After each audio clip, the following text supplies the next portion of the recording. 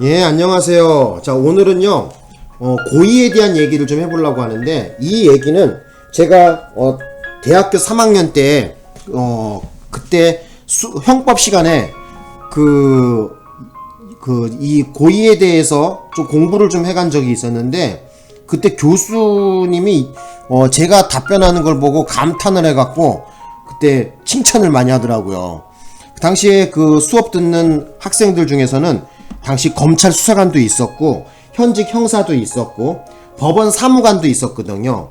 근데 그때 그 교수님이 어떻게 얘기했냐면은, 자, 갑이 을을 주먹으로 때려서 죽였다, 요 한 문장을 적어 놓고요, 여기에 대한 죄명을 갖다가 뽑으라 그랬거든요. 죄명을. 그랬더니 대부분 그 사람들이 뭐라 그랬냐면은 폭행치사래요, 이게. 근데 그 경찰 생활 그때 15년 한 사람, 그 다음에 법원 사무관, 그 사람들도 전부 다 폭행치사라고 한결같이 대답을 했는데, 제가 그때 당시에 뭐라 그랬냐면은, 여기에 다른 죄명을 말할 사람 있냐고 물어보더라고. 제가 그랬거든요. 교수님, 지금 주신 이 말 갖고는 죄명을 정확히 뽑을 수가 없다 그랬어요. 그 이유가 뭐냐고 물어보더라고요. 그래서 여기에는 주관적 구성요건 요소인 고의라는 것이 언급이 없다, 고의가.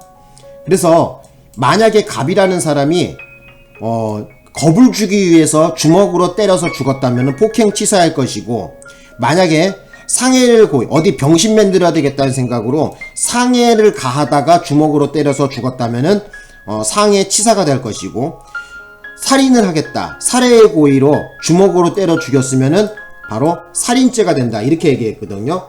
그래서 어떤 고의를 먹었느냐에 따라서 죄명은 바뀐다 그랬더니, 그때 담당 교수님이 감탄을 하더라고요. 나보고 무슨 시험을 준비하냐요. 그래서 그때 경찰 시험 공부한다고 했더니만 자네 고의에 대해서 정확하게 이해를 하고 있다는 거예요. 그래서 방금 전에 말씀드렸지만은, 자, 갑이 을을 때려서 주먹으로 때려서 죽었답니다. 자, 요 설시문 갖고는 정확한 죄명을 뽑을 수가 없습니다. 자, 그래서 여기다가 제가 적어 볼게요.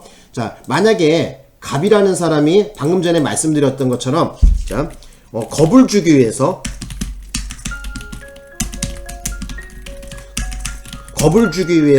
주먹으로 때렸으면 뭐예요? 때리면은 요거는 폭행치사가 되겠죠. 근데 그것이 아니라 상해의 고의로, 그죠?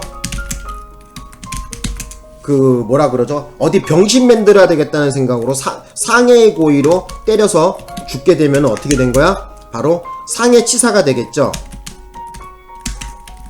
그리고 그것이 아니라 애당초 이 여자를 죽이겠다는 마음으로 주먹으로 때려서 죽였으면 뭐야? 살해의 고의로 어떻게 된 거야? 때렸죠, 그죠? 그래서 죽었다면은 바로 살인이 되는 것이죠. 그죠? 살인죄가 되는 거죠.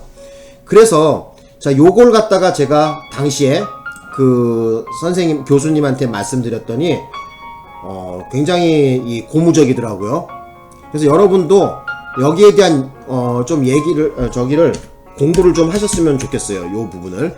자, 다시 한번 좀 보여드릴게요. 그래서 자, 어떻게 된다? 자, 요거 좀 당겨 볼까요, 여기?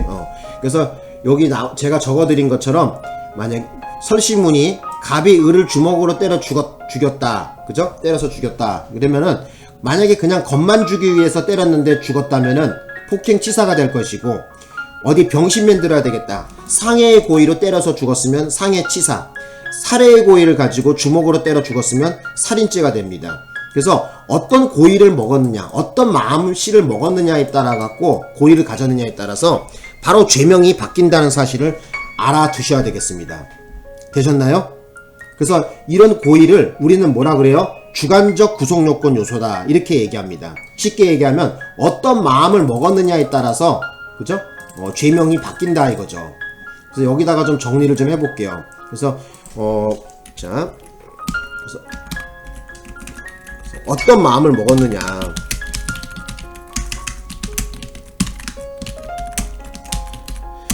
어떤 마음을 먹었느냐에 따라 죄명이 바뀐다는 사실을 여러분들은 아셔야 됩니다. 그래서 이 고의에 대한 얘기를 좀 요렇게 좀 간단하게 이해해 여러분들 형법 지식이 없는 사람도 이해할 수 있게 제가 좀 사례를 만들어 봤어요.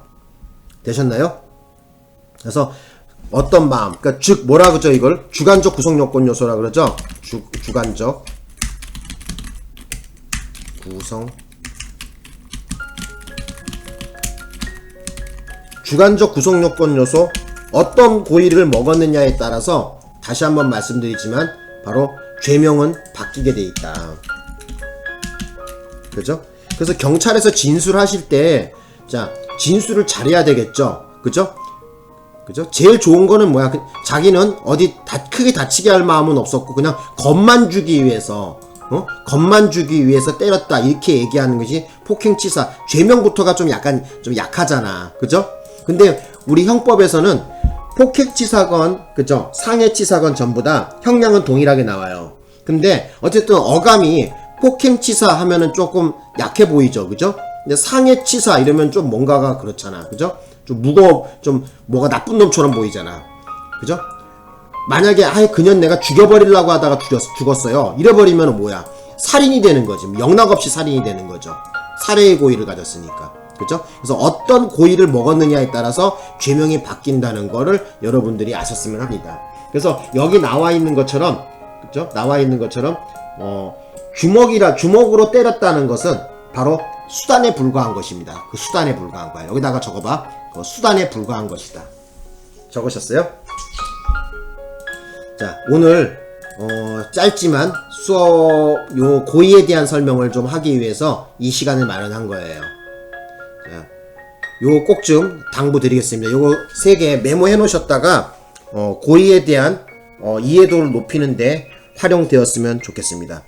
자, 오늘 수업 여기서 마치겠습니다.